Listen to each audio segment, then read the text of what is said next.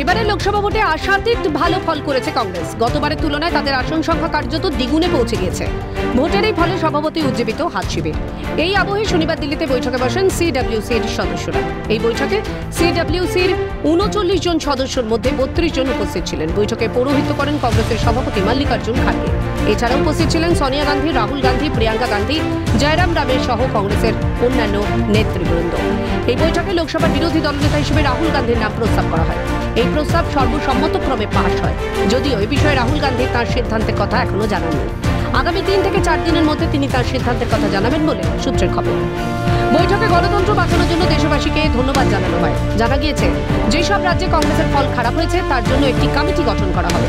সেই কমিটি বিচার বিশ্লেষণ করে রিপোর্ট দেবে কংগ্রেস সভাপতি মল্লিকার্জুন খাড়গেকে। পশ্চিমবঙ্গে এই কমিটি শীঘ্রই আসবে বলে সূত্রের খবর। বৈঠকের পর কংগ্রেসের তরফে একটি সাংবাদিক বৈঠক করা হয়।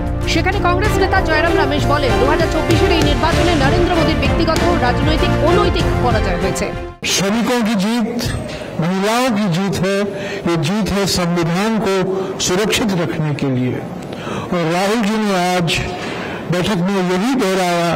আজকে একদম মঞ্চ থেকে বসে কেসি বেণুগোপাল পরিষ্কারভাবে বলে দিলেন, এখনো পর্যন্ত কিন্তু প্রধানমন্ত্রীর শপথ গ্রহণ অনুষ্ঠানের জন্য কোনো নিমন্ত্রণ বার্তা পায়নি কংগ্রেস সহ ইন্ডিয়া ব্লকের বিরোধী নেতারা।